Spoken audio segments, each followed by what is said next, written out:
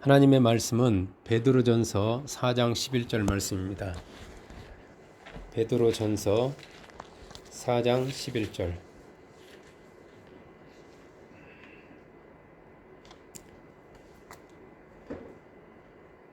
우리가 합독하도록 하겠습니다. 만일 누가 말하려면 하나님의 말씀을 하는 것 같이 하고 누가 봉사하려면 하나님이 공급하시는 힘으로 하는 것 같이 하라. 이는 범사에 예수 그리스도로 말미암아 하나님이 영광을 받으시게 하려 함이니 그에게 영광과 권능이 세세 무궁하도록 있느니라. 아멘. 기도하도록 하겠습니다. 참으로 좋으신 아버지 하나님 감사합니다. 오늘도 우리와 함께하여 주시고 우리의 삶에 함께하시고 우리의 과거의 시간에 또 지난날의 시간에 현재의 시간에 함께해 주셔서 이 자리에 불러 모아 주시고 하나님 앞에 그 보좌 앞에 나와서 우리가 또 하나님을 예비하고 하나님 말씀도 듣고 강구도 할 수 있는 복된 시간을 허락해 주심을 감사합니다. 우리가 합심해서 기도한 모든 기도 가운데 하나님 응답하여 주옵소서. 그래서 하나님의 살아계심을 또 우리 모두가 확인할 수 있도록 주여 하나님의 영광을 나타내 주시니 감사합니다. 오늘 이 시간에도 하나님 말씀을 저희가 사모합니다. 성령님을 기다립니다. 성령이여 우리 가운데 임하여 주시옵소서. 우리 가운데 아버지 하나님의 놀라운 그 축복을, 놀라운 하나님의 예비하신 그 은혜를 이 시간에도 체험할 수 있도록 말씀으로 역사해 주시니 감사하며 예수님 이름으로 기도합니다. 아멘.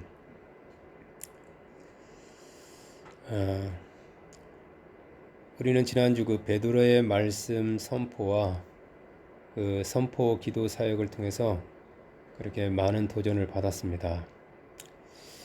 그런데 이 말씀이 내 것이 되기 위해서 또 내 삶에 체험되기 위해서는 그 나도 하면 된다. 나도 하면 된다는 그 믿음으로 그 사모하며 도전하는 겁니다.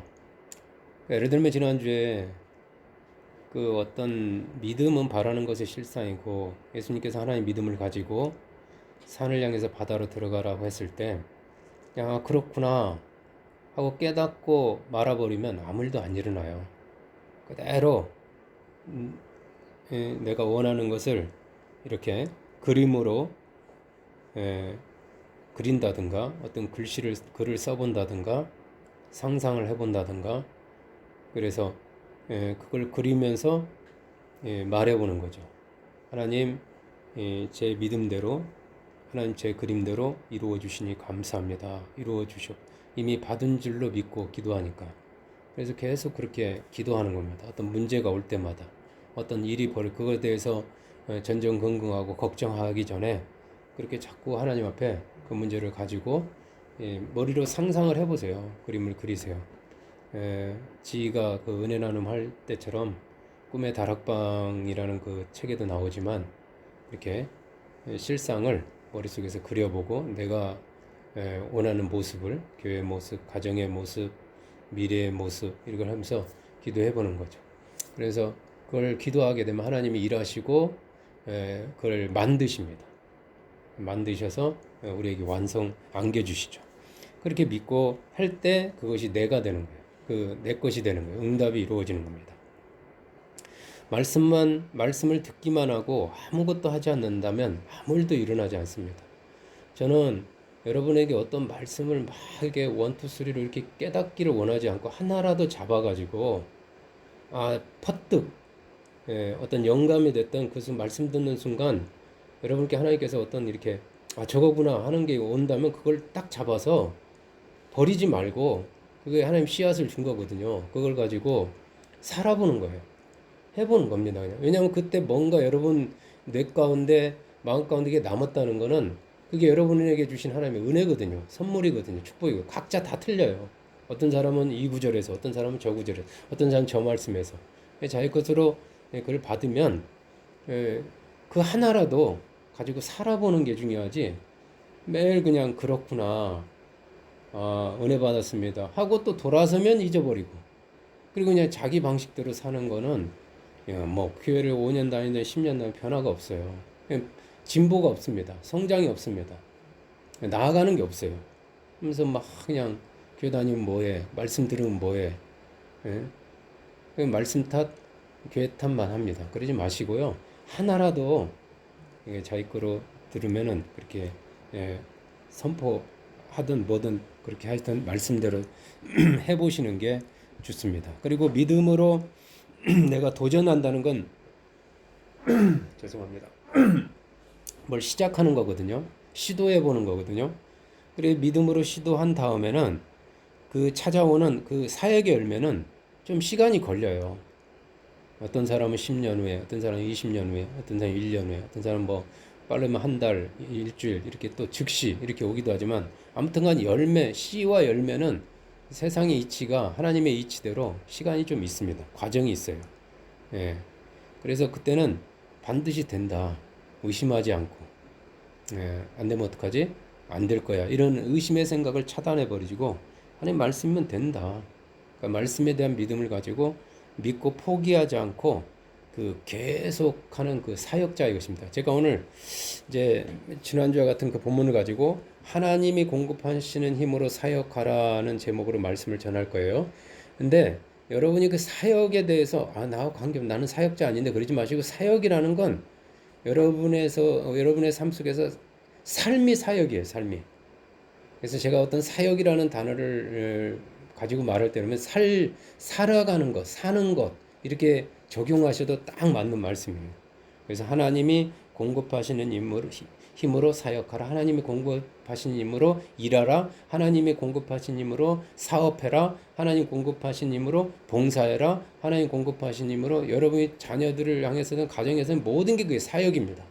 근데 하나님은 베드로를 통해서 지금 그냥 하지 말고 누가 봉사하려거든 하나님이 공급하시는 힘으로 하는 것 같이 하라. 이렇게 지금 말씀해. 그래서 제목이 하나님 공급하신 힘으로 사역하라입니다. 여러분 베드로와 같이 적극적이고 진취적인 이 행동파, 이 사색파, 신중파가 아니라 행동파잖아요. 요한에 비해서 훨씬 먼저 이렇게 뛰어들어가는 몸으로 먼저 하는 행동파 사역자들의 그 단점 중에 하나가 이 목표로 했던 열매나 어떤 결과가 눈으로 보이지 않거나 아니면 자기가 기대했던 것보다 그 기대치보다 이게 낮게 나타나면 쉽게 실망을 해요. 그러면서 포기도 좀 빠르다는 겁니다. 그리고 금방 또 다른 일을 하기 때문에 언뜻 보면 이 사람들이 금방금방 여러 가지 그런 사람이 또 성공하기도 해요. 이거 집착하지 않고 과거의 실패에 집착하지 않고 따는 아무튼간에 근데 어떤 일을 꾸준히 이렇게 하는 끝까지 하는 면에서는 좀 약점이 이건 뭐 이렇게 사색파라고 할까 신중파에서 좀 덜한 것 같아요. 아닌 사람도 있지만 그래서 누구보다도 그 자기 자신을 잘 알았던 이 베드로는 그 자신의 단점을 어떤 말씀으로 극복할 수 있었을까요? 오늘 본문 말씀이죠. 오늘 본문 말씀에 그 쉽게 포기하는 어느 사람들의 그 보완해야 될 것이 들어있습니다. 누가 봉사하려면 하나님이 공급하시는 힘으로 하는 것 같이 하라. 여기에 그 비밀이 들어있죠. 봉사, 즉 사역을 내 힘으로 하는 것이 아니라 하나님께서 나에게 공급하시는 힘으로 하는 겁니다. 내 힘으로 하는 게 아니라 자신의 힘이나 그 능력만 믿고 그 소위 의지가 강해야 한다. 의지가 뭐 인내가 강해야 한다. 뭐 의지적으로만 사역하면 사람의 인내나 그 사람의 에너지 이런 것들은 한계가 있거든요. 그 얼마 가지 못해서 소위 번아웃, 그 불이 꺼져 버리죠. 즉 지쳐서 탈진되면서 쓰러지거나 주저앉거나 이렇게 넘어지게 돼 있어요. 그냥 지쳐서 쓰러져 버려요. 반대로 여러분 생각하십시오. 하나님이 공급해 주시는 그 힘, 그 무한한 내공, 무한한 에너지, 무한한 발전이 온다면 저 전기처럼 딱 코드만 꽂아 있으면은 계속 밝게 비칠 수 있지 않습니까? 촛불은 갈아 껴야 되지만 저 전기는 공급을 계속 받는 한 무한대 계속 그 자체적인 어떤 그 뭐랄까 그 소모되는 그런 것들만 안전기라든가 이런 것만 유지된다면은 무한대 계속 할 수 있습니다. ang시. 뭐 저 태양을 보십시오. 하나님 계속 그 태양에 뭐를 넣어주니까 지금까지도 저 열과 에너지와 빛과 밝기를 계속 지구에 보내주면서 이 지구를 보호해주고 있잖아요. 마찬가지로 힘으로 사역하면은 절대로 중간에 그만둔 일은 없게 됩니다. 포기하는 일 없게 되고 지치는 일 없게 되고 그런 일 없게 돼요. 역으로 생각해. 내가 왜 이렇게 쉽게 지치고 쉽게 내 이름으로만 하고 내가 하려고 해서 그러는구나. 이걸 역으로 깨달을 수 있겠죠. 여러분 사역과 인생은 마라톤임을 기억해야 돼요. 뭐 100m 달리기처럼 후다닥 후다닥 끝나는 게 아니라 오래 가야 농사도 오래 가고 어떤 것도 그게 어느 정도 쌓여야 됩니다. 뭐 사업이 됐든 인생이 됐든 제가 조금 여러분보다 먼저 선배로서 이렇게 하면은 좀 역시 시간이 좀 걸리더라고요.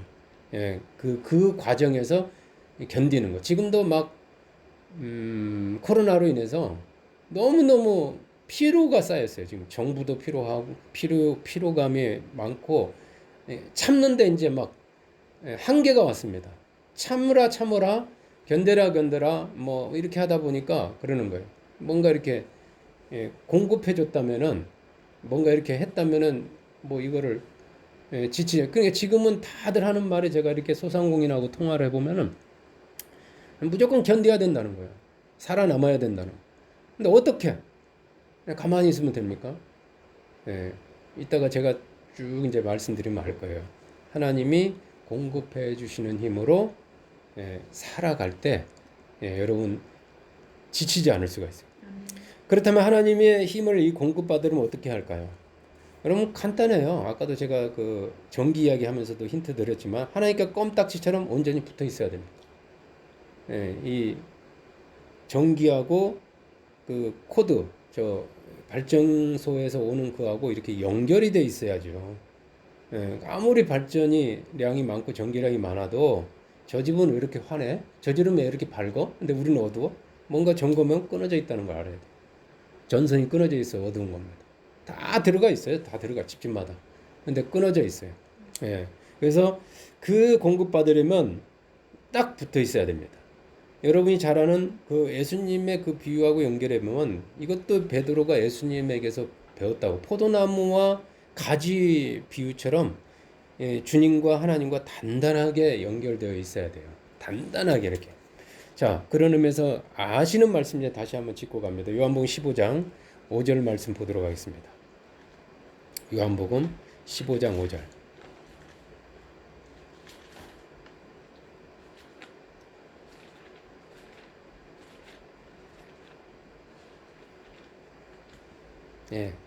찾으셨죠? 요한복음 15장 5절 합독합니다. 나는 포도나무요 너희는 가지라. 그가 내 안에 내가 그 안에 거하면 사람이 열매를 많이 맺나니 나를 떠나서는 너희가 아무것도 할 수 없습니다. 그가 내 안에 내가 그 안에 내 안에 거하면이 뭐예요? 이게 붙어 있는 거죠. 주님과 내가 떨어져 있는 게 아니라 그가 내 안에 내가 그 안에 있는 건 딱 붙어 있는 겁니다. 일체죠, 일체. 포도나무가 되시는 주님께 가진 우리가 딱 붙어만 있으면 주님으로부터 한량없는 힘을 계속 무한대로 공급받으면서 저절로 열매를 많이 맺게 되는 거예요. 저절로 열매를 맺는. 가진 우리가 최우선적으로 해야 하는 것은 열매에 초점을 맞추는 것이 아니에요. 열매에 신경 쓰는 것이 아닙니다. 어떻게 하면 가진 내가 주님께 붙어 있을까? 어떻게 하면 저 나무 되시는 주님께 붙어서 그 공급을 받을까? 주님께 초점을 맞추는 겁니다. 내가 주님을 바라보는 게 먼저죠. 열매를 보는 게 아닙니다. 주님을 봐야 되죠. 가지가 주님께 딱 붙어서 주님으로부터 양질의 그 진액을 공급받아서 열매에게 공급해주는, 그냥 붙어만 있으면 저절로 가겠죠. 다 열매에게 공급해주는 그 축복의 통로 역할에 충실하면 열매는 저절로 맺게 돼 있어요. 환경 상황은 좋아질 수밖에 없는 거예요. 내가 붙어 있으면 자꾸 환경 상황을 바꾸려고 하는 게 아니라 왜 이렇게 안 되지? 왜 이렇게 힘들지? 이게 아니라 이 주님과의 그 관계라고 그러잖아요. 우리가 항시 말하는 주님과의 관계, 이쪽에 초점을 맞춰서 붙어만 있으면 환경은, 열매는, 결과는 좋아질 수밖에 없다. 이게 원리입니다. 열매는요, 내가 맺는 것이 아니에요. 가지가 맺는 거 아니에요. 가지 끝에 맺는 거지만 결국은 주님의 열매고 주님이 맺는 것이기 때문에 그래요. 주님이 원하는 겁니다. 그 열매는. 많은 사역자들이 이 부분에서 실수를 해요. 사람들이. 사역을 하다 보면 자신도 모르게 나무 되시는 그 주님보다 사역의 열매, 사역의 결과에 신경을 씁니다. 그렇게 되게 돼 있어요, 사람은. 어떻게, 그러다 보니까 어떻게 하면 열매를 더 많이 맺을까? 그 결과, 어떻게 내가 해야 더 열매를 많이 맺을 그 방법을 막 배우려고 하고 그 방법에 초점을 맞추게 됩니다. 내가 좀 방법을 바꾸면 될까 할까. 그것도 필요하긴 하지만 본질은 그게 아니에요. 본질이 되시는 주님을 떠나서 내가 주인이 되어서 내가 모든 것을 다 하려고 하게 돼요. 그러면 열매가 잘 맺힐 거라고 생각합니다. 세상은 그렇게 자꾸 책들을 읽어보면 다 그 뭐 예수님 얘기는 없어요. 그렇게 어떤 방법론적인 얘기들을 많이 합니다. 이렇게 해라, 성실해라, 뭐 이런 얘기만 합니다. 그러다가 자신도 모르게 은혜가 말라요. 은혜가 마르는 증상이 뭐냐면 기쁨이 마릅니다. 평안이 마르게 돼요. 감사가 말라요. 그 빡빡해져요. 삶이 잘 안 돌아가요. 기쁨의 윤활유가 있어야 되는데 즐거움의 기름칠이 돼 있어야 되는데 성령의 그 희락과 화평의 그런 기름이 날마다 새로운 윤활유가 우리 삶 가운데 부부 사이에 자녀 사이에 또 회사 일을 하면서 그게 막 감사의 윤활유가 슉슉 돌아가야 일들이 잘 풀리는데 그게 뭔가 말라 있어요. 빡빡해요. 삐끄덕거려요. 자꾸 끽끽거려요. 녹슬은 것처럼. 왜 그렇죠? 주님께 붙어 있지 않고 떨어져 있기 때문에 그래요. 공급이 안 되니까 자꾸 그럼 남 탓하게 되고 옆 사람 탓하게 되고 부딪히게 되고 뼈와 뼈끼리 부딪히듯이 막 이렇게 어느 한쪽이라도 은혜의 윤활유, 은혜의 기름, 은혜의 막 힘이 넘친다면 그럴 필요가 없잖아요. 그 사람 때문에 옆 사람도 막 그 기름이 흘러 들어가는데 그런 겁니다. 자, 6절 말씀 보겠습니다. 6절 15장 6절 사람이 내 안에 거하지 아니하면 가지처럼 밖에 버려져 마르나니 사람들이 그것을 모아다가 불에 던져 사르느니라. 아멘. 주님의 가진 이 사역자가 주님이라는 나무 안에 거하지 아니하면 가지처럼 밖에 버려져 마르게 되어 있어요. 제가 그 마르는 게 뭐라고 했어요? 기쁨이 마르고 비전이 마르고 평안이 마르고 감사가 마르고 막 지혜가 말라버리죠. 저희 같은 사람은 말씀 전하는 사람은 영감이 말라버리면은 영감이죠. 성령의 감동이 그러면 말씀이 드라이해집니다. 말씀이 윤칠이 흐르면서 이렇게 먹음직스러워야 되는데 막 그 안에 영양분이 풍부해야 되는데 벌써 사역이라든가 일이라든가 내 일에 집중하게 되면은 뭔가 마르고 그걸 누구보다 잘하는 게 열매. 여러분들이 누구보다 잘 알아요. 아, 목사님 오늘 좀 이상한데? 막 금방 알아버려요. 자, 사역자가 할 일은 지금 이 순간 모든 힘의 공급자가 되시는 주님께 붙어 있는가 아닌가 자신을 돌아보는 겁니다. 우리가 날마다 우리 자신을 점검해야 하는 것은 사역자인 내가 하나님이 공급하신 힘으로 사역하고 있는가 아니면 내 힘으로 사역하고 있는가 아니면 내 힘으로 하려고 지금 하고 있는가입니다. 일시적으로는 그 힘이 있는 동안은 마치 나무가 떨어져도 열매에 지장이 없는 것처럼 되는 것 같아요. 근데 그걸 계속 가다 보면 밖에 버려져 마른다니까요. 그럼 첫째 이제 열매부터 떨어지기 시작합니다. 잎사귀가 마르고 뭔가 좀 힘들어져요. 그렇다면 나무에 붙어 있는 가지는 어떤 상태를 말하는 걸까요? 시편 1편 3절 보겠습니다. 시편 1편 3절.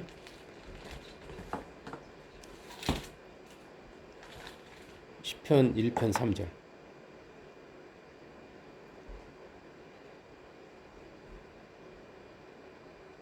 합독합니다. 그는 시냇가에 심은 나무가 철을 따라 열매를 맺으며 그 잎사귀가 마르지 아니함 같으니 그가 하는 모든 일이 다 형통하리로다. 아멘. 이 나무에 붙어 있는 가지는 시냇가에 심은 나무와 같아요. 나무에 붙어 있는 가지나 시냇가에 심은 나무가 시냇가에 심겨 있으면 아무리 심한 가뭄이 와도 그 시내 우리가 뭐 그 검룡소죠. 그 경북 봉화에 있는 검룡소라든가 그 낙동강에 발원지 가봤잖아요. 가물어도 그 물이 마르는 거 봤어요? 항시 그 일정한 양의 물이 나오잖아요. 수온도 10도 내로 항시 유지되고 있고 그와 같아요. 그 아무리 가뭄이 와도 그 검용소처럼 주님이 마르는 법이 없거든요. 예?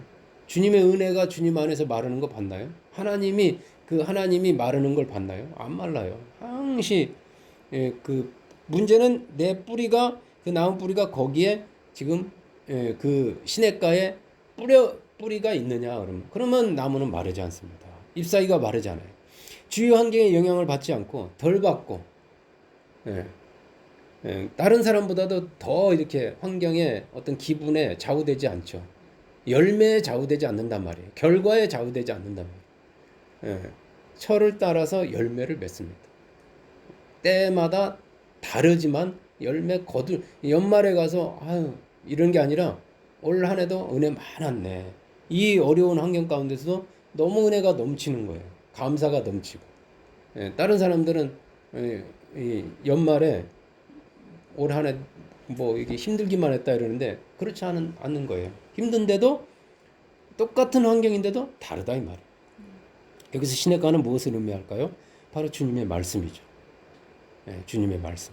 시편 그 1장 1, 2절 같이 읽어보겠습니다. 1, 2절, 2절. 복 있는 사람은 악인들의 꾀를 따르지 아니하며 죄인들의 길에 서지 아니하며 오만한 자들의 자리에 앉지 아니하고 오직 여호와의 율법을 즐거워하여 그 율법을 취하러 묵상하는도다. 복 있는 사람과 복 없는 사람. 복 있는 사람은 인본주의, 세상 중심으로 살아가고 세상 방법으로 살아가는 사람이고 하나님 보실 때 복 있는 사람은 성경적으로 살아가는 사람. 이 차이점이죠. 저는 2주 전부터 복된 인생이 되려면 어떻게 해야 되는지에 대한 말씀을 이렇게 전하고 있어요. 가장 기본 본질은 율법의 저주, 아담의 저주, 이 사망의 저주에서 벗어나는 거죠. 일단 저주에서 벗어나야 돼요. 율법의 저주에서. 그 방법은 내가 어떻게 벗어나려고 애쓰고 힘쓸 필요가 없어요. 이미 예수님 다 길이 돼가지고 다 해놓으셨거든요. 예수님께서 십자가에서 흘리신 보혈로 내가 받아야 될 저주를 다 이미 갚아버리셨잖아요. 그것을 내가 믿고 받아들이고 그리고 마음속으로 그 예수님을 나의 주님으로 영접하고 내가 주님 안에 거하는 겁니다. 주님이 내 안에, 내가 주님 안에 거하는 것. 이게 율법의 저주에서 벗어나는 거예요. 어렵지 않습니다. 막 율법을 막 행해서 율법을 지켜서 벗어나는 게 아니고 믿음으로 벗어나는 거죠. 즉 가시와 엉겅퀴 같은 그 아담의 저주가 가시와 엉겅퀴잖아요. 그 땅이 저주를 받아가지고 그 엉겅퀴 같은 엉겅퀴가 있는 저주받은 그 율법의 땅에서 보혈이라는 축복의 시냇가에 옮겨지는 거죠. 거듭나는 거죠. 이렇게 옮겨지는 거.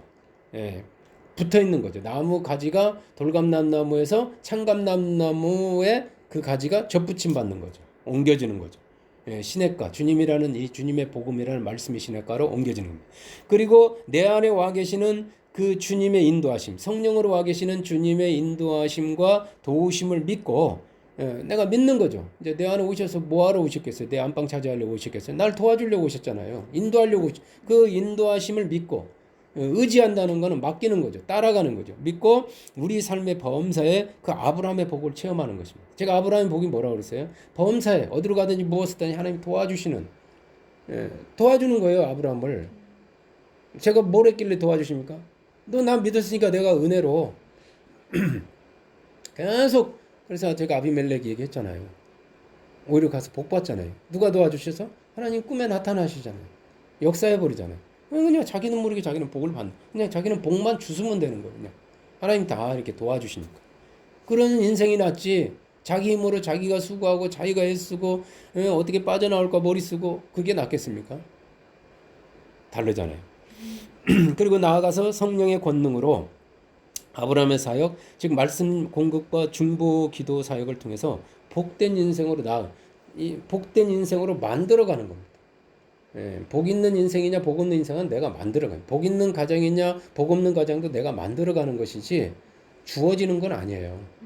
말씀으로 하나씩 만들어 집 짓듯이 이렇게 이 아브라함의 사역을 포기하지 않고 계속하여서 복된 인생을 만들어가는 복 있는 사람이 되려면 오직 하나님의 율법, 여호와 율법, 즉 그리스도의 복음을 즐거워해서 그 복음을 쥐하러 묵상하는 것. 묵상이라는 게 뭐예요? 메디테이트.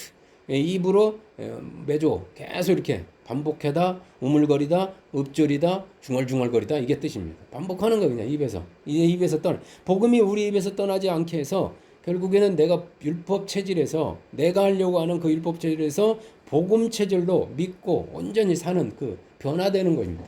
이 체질을 바꾸기가 중요해요. 예. 우리가 건강해지려면 산성 체질에서 알칼리 체질로 해결하려면 뭐예요? 자꾸 음식을 바꾸잖아요. 그리고 운동도 하고 그렇잖아요. 음식 바꾸지 않는데 어떻게 산성 체질이 바뀌겠어요? 말씀을 율법의 말씀에서 복음의 말씀으로 자꾸 듣고 먹고 할 때 체질이 바뀌잖아요. 체질을 바뀌는 게 너무너무 중요합니다. 복음의 뿌리를 내리고 하나님께서 그 복음의 이제 시냇가의 뿌리를 내리고 예수님이라는 그 예수님께 복음의 뿌리를 내리고 하나님께서 은혜로 주시는 힘이 있어요. 그냥 하나님이 그 힘을 주시거든요. 하나님 공급. 이걸 왜 줘요? 하나님의 자녀가 됐으니까 그냥 은혜로 공급해 주잖아요. 계속 주시는 그 힘을 날마다 공급받아서 그 힘으로 그 힘을 가지고 사역하는 것이 바로 시냇가에 심겨진 나무인 거예요. 그 힘으로 복음 안에 있는 그 힘, 복음 안에 있는 그 기쁨, 복음 안에 있는 그 평안, 지혜, 믿음, 담력, 수만 가지 그런 하나님의 그 놀라운 그 하나님의 그 성품이라고 할까요?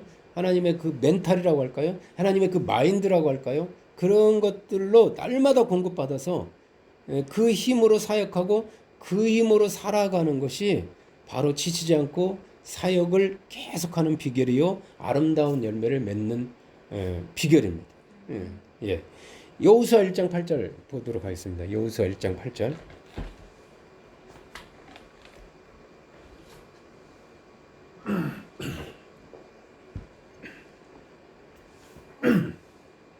여호수아 1장 8절. 자, 합독할까요? 이 율법책을 내 입에서 떠나지 말게 하며 주야로 그것을 묵상하여 그 안에 기록된 대로 다 지켜 행하라. 그리하면 내 길이 평탄하게 될 것이며 내가 형통하리라. 아멘. 자, 여러분 그 여호수아가 어떻게 그 척박한 가도 모래고 그 비도 없고 밤이면 춥고 낮에는 뜨거운 그 광야 그 사막에서 그것도 40년 동안 40일도 아니고 40년 동안 그렇게 마르지 않고 생존할 수 있었을까? 그냥 살아있는 게 아니라 여러분 그냥 살아가지고 말라 비틀어진 게 아닙니다. 40년이라는 세월이 흘러가지고 80살이 넘어서도 지치지 않는 거예요. 마르지 않는 거예요. 소망과 비전과 힘과 능력이. 그래서 모세가 죽은 후에 80살에 그를 이어서 그 자손들을 데리고 여러분 광야를 그렇게 지나면 사람이 탈진되고 지쳐가지고 80 먹은 노인이 되면 뭘 도전할 힘조차도 없거든요. 근데 요단강을 건너서 그 31개 부족들이 가나안 족속들이 있는 그곳을 그 후손들이 있고 또 그 산지 그 성읍을 정복하고 적각거리는 땅을 밟고 그 땅을 정복할 수 있을까?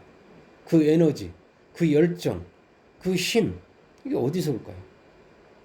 여러분 날마다 자기 힘이 아닌 하나님이 공급하신 힘으로 광야에서도 그렇게 살았기 때문에 그래요. 거기서 생존할 수 있었던 것도 하나님의 공급하는 힘으로 그가 하나님께 초점을 맞추고 살았기 때문에 그랬고 거기 다 맞춰서도 계속할 수 있었던 것도 하나님 공급하신 힘으로 살았기 때문에 그래요. 그 힘과 그 열정이 어디서 올까요? 바로 말씀이에요. 말씀입니다. 하나 고치고 날마다 그 주야로 모세를 통해서 주신 그 말씀을 그 입에서 떠나지 않게 하면서 그 말씀을 입으로 읊조리며 그게 그 입조리는 과정이 그 말씀을 먹는 겁니다.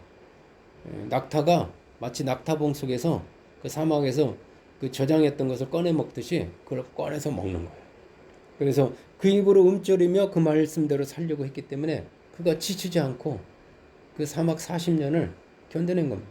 그리고 또 사막 40년이 끝나서 그보다 더 힘들고 어려운 그 땅을 정복하는 싸우는 전쟁터에서도 그가 빠지지 않고 선봉에 서서 진두지휘할 수 있었던 거예요. 사랑하는 여러분, 사람이 떡으로만 사는 것이 아니에요. 정말 여러분 잘 생각해 보셔야 돼요. 사람이 떡으로만 살 수 있을까?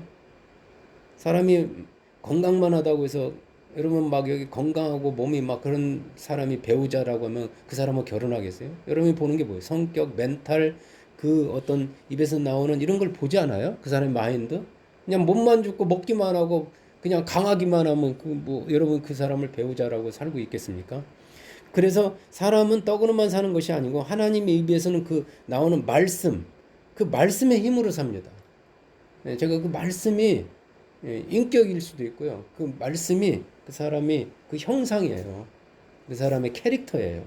예. 척박한 광야 환경에서도 예, 끝까지 그 여호수아가 갈렙이 살아남을 수 있던 비결은 날마다 하늘에서 내리는 그 만나를 먹었잖아요. 만나와 함께 말씀도 먹었기 때문에 그래요. 말씀도. 떡은 우리 육신의 힘을 공급하고요. 말씀은 우리 영혼의 힘을 공급합니다. 영혼을 강화시켜 줍니다. 강한 영혼이 되게 만들어 줍니다. 멘탈이 강해지게 만들어줘요. 날마다 떡을 먹어야 살 수 있듯이 예수님의 보혈로 거듭난 우리 영혼은 날마다 그리스도의 말씀, 그 하나님의 복 주시는 그 말씀을 먹어야 살 수가 있어요. 그 말씀이 있으면 그는 죽지 않아요. 무너지지 않아요. 실패와 어려움이 와도 그 다시 일어납니다. 잡초처럼. 말씀 속에 하나님의 힘이 들어있고요. 말씀 속에 하나님의 온갖 좋은 것들이 그 말씀 속에 다 들어있기 때문에 그래요. 예. 열왕기상 19장 2절에서 3절 볼게요.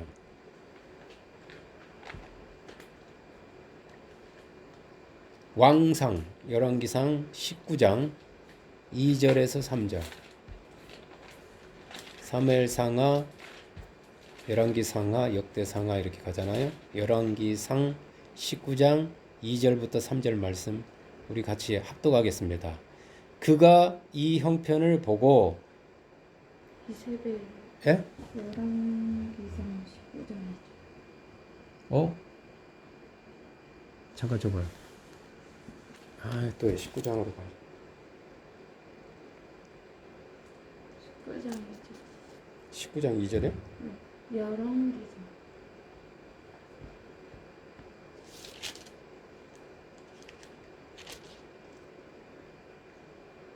3절.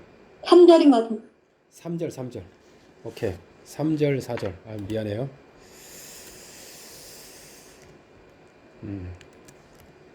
자, 합독합니다. 그가 이 형편을 보고 일어나 자기의 생명을 위해 도망하여 유다에 속한 브엘세바에 이르러 자기의 사환을 그곳에 머물게 하고 자기 자신은 광야로 들어가 하룻길쯤 가서 한 로뎀 나무 아래에 앉아서 자기가 죽기를 원하여 이르되 여호와여 넉넉하오니 지금 내 생명을 거두시옵소서. 나는 내 조상들보다 낫지 못하느니이다 하고. 죄송합니다. 여러분 누구 이 얘기예요? 위대한 그 선지자 엘리야의 모습입니다. 그 갈멜산에서 갈멜산의 하나님 하면서 그 바알과 아세라 신을 섬기는 선지자 850대 1이잖아요. 그 850대 1의 그 싸움에서 그 850명을 죽이고 그리고 나서 또 3년 6개월 동안의 그 기나긴 가뭄을 끝내버리고 이스라엘을 절대절명의 그 위기로부터 구해낸 위대한 하나님의 종이 지금 그 모든 힘을 잃어버리고 마치 삼손처럼 머리 잘린 삼손 마냥 초라하게 로뎀 나무 아래에서 하나님께 죽기를 구하고 있어요. 아까까지는 막 그냥 이렇게 막 할렐루야 막 하던 사람이 지금 막 그냥 푹 죽어 있는 거예요. 힘 빠진 풍선 빠진 바람 빠진 풍선 마냥. 왜 지금 엘리야는 그 하늘에서 불을 내리던 과거의 그 영웅적인 모습을 온전히 잃어버리고 이렇게 힘을 잃은 에너지가 없는 초라하고 비참한 그 노인처럼 그렇게 그런 모습으로 로뎀나무 아래서 그렇게 아무 그 힘이 없어서 앉아 있을까요? 그럼 지나치게 사역에 집중하다가 자신도 모르게요. 제가 사역을 삶이라고 그러잖아요. 먹고 사는 일, 세상 일에 집중하다가 자신도 모르게 말씀을 잃어버리고 그 결과요. 사역의 목적과 의미, 내가 살아가는 목적, 의미, 방향 어디로 가야 되지? 무엇을 해야 되지? 이 방향을 상실해 버렸기 때문에 그래요. 예, 이게 말씀이 떨어진 사람들이 멍해진다고 그럴까요? 예, 이런 상태. 그런 사역자들은 특징이 있어요. 2절 말씀, 3절 초반에 있는 것처럼 형편을 바라봅니다. 예, 특징이 주님 대신에 형편과 상황을 말하게 되고 그 상황을 바라보게 되고 그 형편과 상황 따라서 움직입니다. 과거 엘리야는 형편과 상황 따라 움직이던 사람이야. 말씀 따라 움직였던 사람이거든요. 지금 가라 하면 뭐 그리시네가에 가고 그런 거에 대해서 아무 개의치 않던 사람이거든요. 여러분 그뿐인 줄 아십니까? 그런 사람들은 사역에 집중하다가 주님을 잃어버린 사람들의 또 하나의 특징이 오직 자기 자신과 다른 사람에게 집중하게 됩니다. 여러분 그 3절에서 4절에서 엘리야의 그 이 얘기를 들으면 다 자기 목숨을 위하여 자기 자신, 내가 자기 막 그 자기라는 말이 엄청 나옵니다. 자기의 사원, 자기 자신, 뭐 자기가 죽기를 원해서 내 생명, 내 조상, 나는 완전히 막 그리고 나는 내 조상보다 낫지. 이게 또 하나 그 비교하는 거예요. 나는 내 조상보다 못하고 저 사람보다 못하고 이렇게 열등감에 그냥 완전히 빠져버립니다. 그게 엘리야 증후군이에요. 그게 갑자기 최정상에 있다가 갑자기 인생이 허무해지면서 자기 자신 막 그냥 그 결과 자신도 모르게 두려움에 빠져가지고요. 사역자에서 도망자로 변질되고 핑계자, 도망자 뭐 이렇게 아주 전락을 해버려요. 사람이 뭐 멘탈이 이렇게 중요한 거예요. 아니 말씀이 빠지니까 사람이 저기 엘리야 맞아? 할 정도로 변질되어 버립니다. 순식간에 소금이 그 맛을 잃어버리면 이게 사람에게 밟힌다고 그러잖아요. 무시당한다고 그러잖아요. 그러면서 사람들이 자꾸 자기 무시한다고 그러고 이렇게 되어버려요. 어디서부터 잘못됐는지를 몰라요. 여러분 10절 말씀 보겠습니다. 10절 그가 대답하되 10절 합독합니다. 그가 대답하되 내가 만군의 하나님 여호와께 열심히 유별하오니 이는 이스라엘 자손이 주의 언약을 버리고 주의 제단을 헐며 칼로 주의 선지자들을 죽였음이오며 오직 나만 남았거늘 그들이 내 생명을 찾아 빼앗으려 하나이다.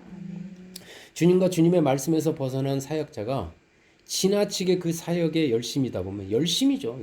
열심히 유별하죠. 특심이죠. 특심. 열심이다 보면 자신도 모르게 자신과 사람에게만 집중하게 되고요. 그리고 사역의 결과, 사역의 열매만 신경 쓰게 됩니다. 매일 그 열매 결과에만 연연하게 돼요. 그래서 사역의 결과에 일희일비해요. 좀 사역이 좋아지면 열매가 좋아지면 수입이 좀 놓아지고 환경이 좀 좋아지면 막 그냥 기분이 업되고 그게 떨어지면 갑자기 그냥 기분이 없고 수입이 줄어들면 막 그냥 뭐 멘탈이 붕괴돼 버려요.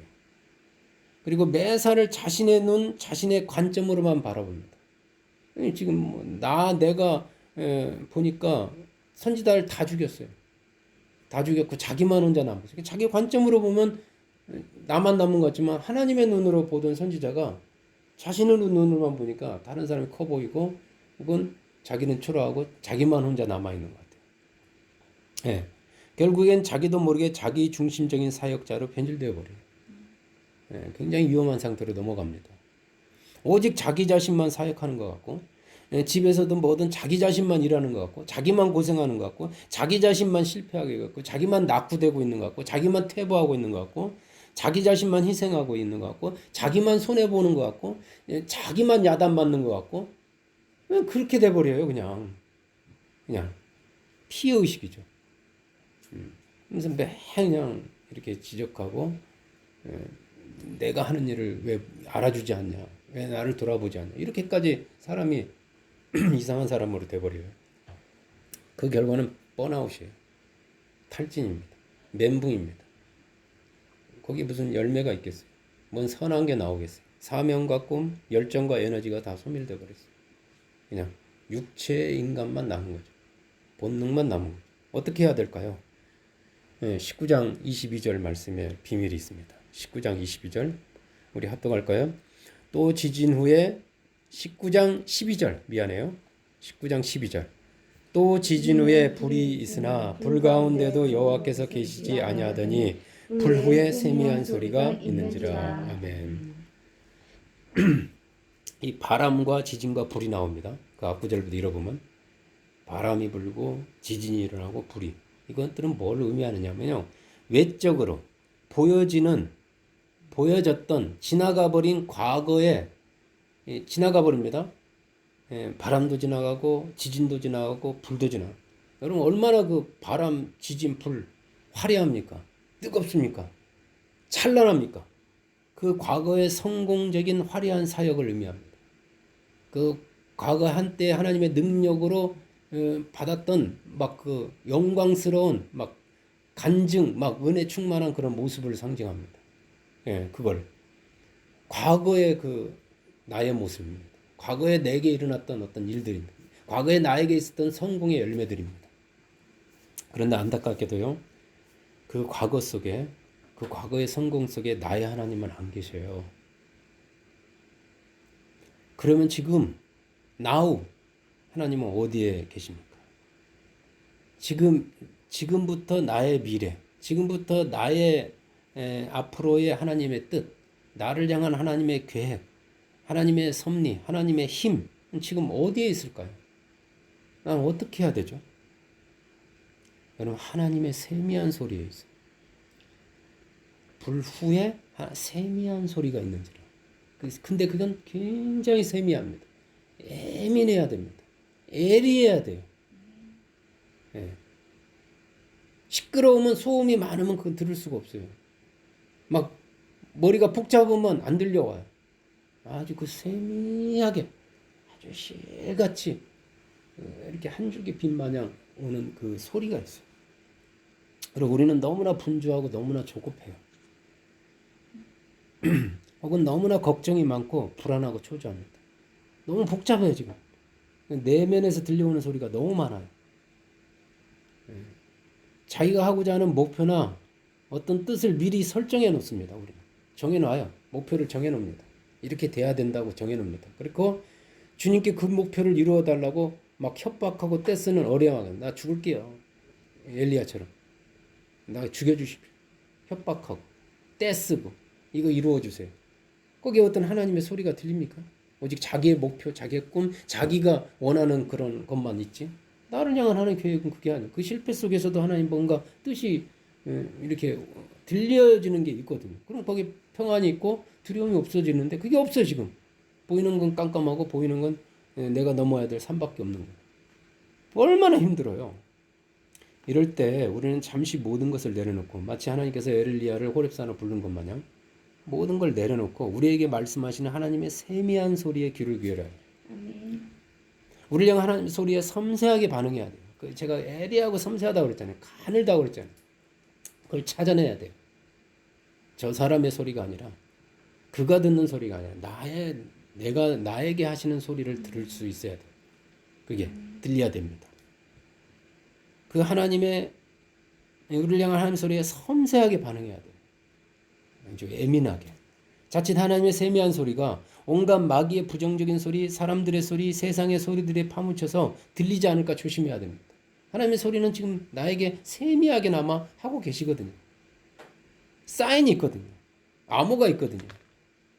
나만 알아들을 수 있게 해줄 수도 있거든요. 그럼 누가 소경이고 누가 기모글이에요? 하나님이 우리의 형편을 못 보고 계십니까? 하나님이 우리 소리를 못 듣고 계십니까? 하나님입니까? 우리입니까? 세상의 소리에 취해가지고요. 하나님의 그 세미한 소리를 놓쳐버리고 그 감각을 잃어버리고 지금 그 소리를 듣지 못하는 우리가 소경이요 기모글이 아닙니까? 예수님 그렇게 말씀하세요. 너희가 소경이다. 너희가 기모글이다. 왜? 들어도 듣지 못하니까. 하나님이 지금 말씀하셔도 못 따라듣고 있잖아요. 네. 너희가 하나님의 믿는 사람이라고 하면서도 소리를 못 듣는다. 너희들이 소리를 들었다면 내가 누구인지를 알을 것이다. 너희들이 본다고 한다면 내가 누구인지를 보았을 것이다. 근데 너희가 보아도 보지 못하고 듣지도 못하는 거. 너희가 소경이요 귀머리기. 너희가 귀가 멀어. 그걸 먼저 깨야 되겠다. 율법으로 세상으로 욕심으로 가득 귀가 가득 막혀서 안 들리고 눈이 어두워서 안 보고 세상에 욕심으로 눈이 크게 아니고 목표 황금으로 눈이 어두워져 안 보인다 이 말이에요. 자, 마태복음 7장 22절 23절 말씀 보겠습니다. 마태복음 7장 22절 23절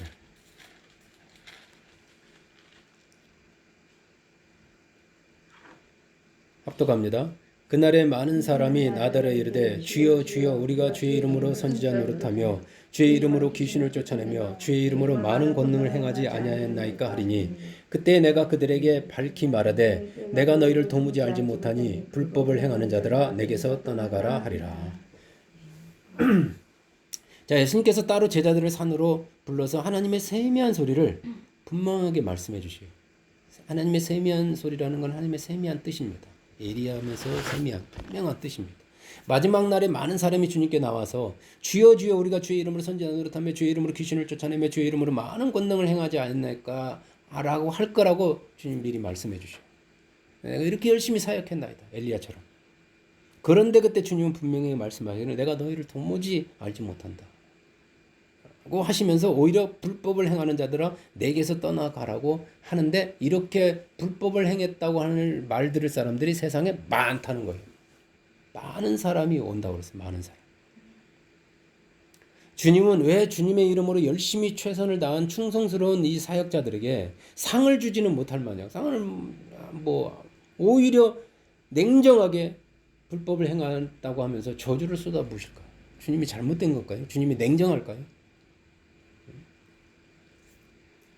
주님이 진짜 원하는 사역자들의 모습이 아니기 때문에 주님이 원하는 나무가 아닌 거예요. 주님이 원하는 가지가 아닌 거예요. 예. 붙어 있다고 해서 옆에 있다고 해서 아니거든요. 그러면 주님이 진정으로 원하시는 뜻은 무엇일까요? 24절에서 25절 말씀입니다. 24절에서 25절 합독할까요? 그러므로 누구든지 나의 이 말을 듣고 행하는 자는 그 집을 반석 위에 지은 지혜로운 사람 같으리니 비가 내리고 창수가 나고 바람이 불어 그 집에 부딪히되 무너지지 아니하나니 이는 주추를 반석 위에 놓은 까닭이라. 이요. 여호수아 때나 엘리야 때나 예수님 때나 지금이나 하나님 뜻은 똑같아요. 그리스도 예수 안에서 하나님은 어제나 오늘이나 똑같다고 그러셨거든요. 그 집이 우리 집이 내가 반석 위에 지은 집처럼 끝까지 무너지지 않고 한결같은 모습으로 마지막 날까지 견뎌내는 거예요. 주님이 원하는 집은 그런 집입니다. 무너져 버리는 걸 원하지 않아요. 가다가 잠시 견디다가 무너지는 것. 마치 바위에 떨어진 씨처럼 잠깐 피었다가 그 태양 때문에 환란이나 어려움이 오면 싹 소멸돼 버리는 그런 걸 원하는 게 아닙니다. 마지막 날까지 그대로 끝까지 가는 거예요. 그 비결은 먼저 세미한 주님의 말씀을 듣는 거예요. 말씀을 듣는 거, 듣고 움직이는 거. 그리고 날마다 매 순간마다 그 말씀대로 움직이는 겁니다. 살아가는 거예요. 사역하는 거예요. 그러기 위해서 날마다 주님의 말씀을 입에서 떠나지 않게 하면서 그 말씀대로 사는 겁니다. 이게 훈련이죠, 그게. 그게 힘들지만 그 훈련을 하는 거예요. 주님께 딱 붙어서 주님의 말씀을 통해서 공급해주는 주님의 힘으로 사역하는 거예요. 내 힘으로 하는 것을 내 힘을 빼고 내 의지를 빼고 내 의도를 빼고 주님의 힘으로 주님의 뜻으로 해보는 거예요. 그게 훨씬 여러분 잘 된다는 거 알아요. 당장에는 손해보는 것 같아도 두 길이 있지만. 그리고 그 결과와 열매에 대해서 겸손하게 이게 중요합니다. 이 사람들은 다 내가 사역했다고 그래요. 근데 우리 베드로전서 4장 11절에 왜 그렇게 하느냐면 이는 그리스도 예수로 말미암아 하나님께 영광을 돌리. 그 주님이 공급해 하나님의 말씀으로 했으니까 하나님의 누가 말하라고 하나님의 말씀으로 했고 하나님이 공급하는 힘으로 한 사람이 그게 내 거라고 하겠습니까? 내가 했습니다. 내가 이루었습니다. 이렇게 내가 막 귀신을 쫓아냈고 내가 850명의 선지자들을 다 죽였고 내가 가뭄을 해결했고 이렇게 말하겠냐고요. 나는 공급해주는 힘으로 했습니다. 하나님 말씀을 가지고 한 것이 내 말 가지고 한 게 아닙니다. 그래서 뭐라고 말해요? 모든 것이 다 주님 덕분입니다. 주님께서 다 하셨습니다. 주님이 열매입니다. 주님이 이 성전을 지었습니다. 주님이 이룬 사업입니다. 주님이 내 인생을 이렇게 만드셨습니다. 이렇게 고백할 거 아닙니까? 사랑하는 여러분, 주님은 저와 여러분이 이 광야 같은 척박하고 힘든 환경에서도 이 코로나 환경에서도 지치거나 번아웃 되지 않고 끝까지 기쁘게 즐겁게 행복하게 사역하기를 살아가기를 원하셔요. 그 여러분이 그게 원하잖아요. 그 비결은 주님이 공급해 주시는 새로운 힘이에요. 그 힘으로 새 힘, 창공을 독수리가 나는 이유는 주님을 앙망하면서 그 새 힘을 공급받기 때문에 그 힘으로 날기 때문에 그래요. 그 새 힘으로 날마다 즐겁게 사역하는 것입니다. 즐겁게 일하는 거고 즐겁게 봉사하는 거예요. 그 힘을 날마다 공급받으려면 주님께 붙어 있어야 돼요. 깨끗한 생수와 같은 주님의 말씀의 뿌리를 받고 서 있으면 됩니다. 반석되시는 그 주님의 말씀 위에 우리 인생과 사역의 그 집을 세우는 겁니다. 절대로 사역이 중심이 되거나 일이 중심이 되거나 내가 중심이 되게 해서는 안 됩니다. 여러분. 물론 사람이 중심이 되어서도 안 돼요. 베드로와 같은 외향령의 특징들은 사람 중심이거든요. 그 다음에 과업 중심이고 열매 중심이고 목표 중심적인 것. 그게 필요해요. 사상은 그것들을 가지라 그러고 목표를 가지라 그렇게 말합니다. 근데 우리 그리스도는 저는 지금 말하는 건 지치지 않으려면 그 열매가 꾸준히 계속되려면 이걸 말씀드려요. 여러분 그리고 그 어떠한 경우도 형편과 상황을 바라보아서는 안 됩니다. 뭐 누가 바라보고 싶어서 바라보겠어요? 떨어지니까 저절로 바라본다고 제가 그랬죠.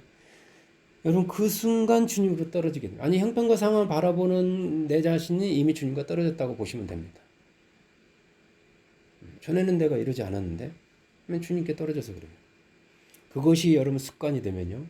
주님께 떨어지는 거 형편 상황 보기 시작하면 점점 주님과 멀어져요. 오리무중에 빠져버립니다. 내가 언제적에 은혜 받았지? 언제적에 울었지? 내가 이렇게 잃어버려요. 그러면요, 그 사람의 희망이 없어요. 옆에 사람이 힘들어집니다. 같이 사는 배우자가 너무 힘들어져요. 통하지가 않게 돼요. 이제 우리가 할 일은요, 주님의 세미한 소리, 작지만 생생한 살아있는 주님의 소리를 듣는 거예요. 그걸 놓치면 안 돼요. 제가 세미한 소리 놓치면, 그 아주 예리한 그 FM 방송이 깨끗하게 들려면 여러분, 그걸 아주 뭘 맞춰야 되네요. 그 주파수를. 다른 데 주파수 맞추면 이상한 소리가 나잖아요. 그 세미한 그 주님으로부터 천국에 오는, 나에게 오는 그 세미한 주파수를 잃어버리면, 그 감각을 잃어버리면 안 돼요. 여러분 주님의 말씀 속에 들어있는 그 힘을 취하는 겁니다.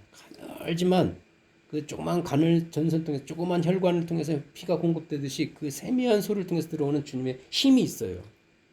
능력이 있습니다. 그리고 그 힘을 다른 사람들에게 내가 공급해 주는 거, 나누어 주는 겁니다. 그게 사역이에요, 사실은. 그리고 그 주님의 세미한 소리를 다른 사람들에게 들려주는 거예요. 그 은혜를. 남들이 듣지 못하는 것들. 이 일을 하는 사역자에게 그럼 주님의 지치지 않는 힘과 위로가 끊임없이 쏟아지고 공급될 겁니다. 그의 마지막은요. 저주가 아닌 축복. 축복의 열매, 주님이 기뻐하는 열매로 풍성해질 겁니다. 자, 하나님 말씀